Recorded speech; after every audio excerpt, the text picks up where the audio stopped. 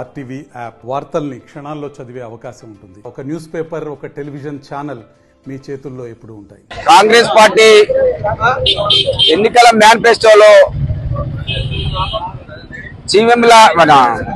Chevella declaration దాంట్లో రేవంత్ రెడ్డి గారు SC వర్గీకరణ గురించి ఆయన మేనిఫెస్టోలో పెట్టడం జరిగింది. ఆయన డిక్లరేషన్ లో కూడా మాట్లాడడం జరిగింది.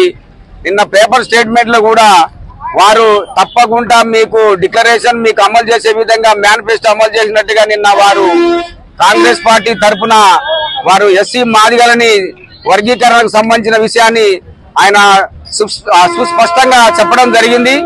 ఆనాడు ఇందిరాగాంధీ గరీబ్ హఠావో నినాదంతో కాక అప్పుడు కాక కాంగ్రెస్ పార్టీకి ఎస్సీ మాదిగలు అండగా ఉన్నారు. అప్పటి నుంచి ఇప్పటి వరకు కూడా కాంగ్రెస్ పార్టీ పక్షాన ఉండి రేవంత్ రెడ్డి గారికి ఈ మాదిగలు రుణపడి ఉన్నారు. వారికి కాంగ్రెస్ పార్టీ తరఫున ఈ ఎస్సీ మాదిగల తరఫున వారికి కృతజ్ఞత తెలుపుకుంటున్నాము.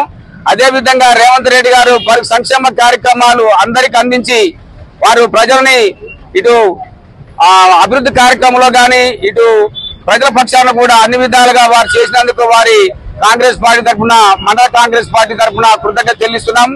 అదే విధంగా మా ఎమ్మెల్యే రేవంత్ రెడ్డి మన వీరేశం గారు కూడా దీని విషయంలో నల్గొండ మీటింగ్ సంబంధించి మొన్న జరిగిన దాంట్లో కూడా అత్యధికంగా అందరిలో కన్నా ధీరుడిగా వీరునిగా నిలబడి ఆ ఎస్సీ వర్గీకరణ కార్యక్రమంలో ముందుకు చేసినందుకు వారికి కూడా ప్రత్యేక ధన్యవాదాలు తెలుపుతూ వారు చేసిన కష్టానికి ఫలితంగా ఈ రోజు నిన్న రేవంత్ రెడ్డి గారు ప్రకటించిన దాన్ని బట్టి మా గౌరవ ఎమ్మెల్యే గారు కూడా గౌరవం దక్కిందని మేము భావిస్తున్నాము.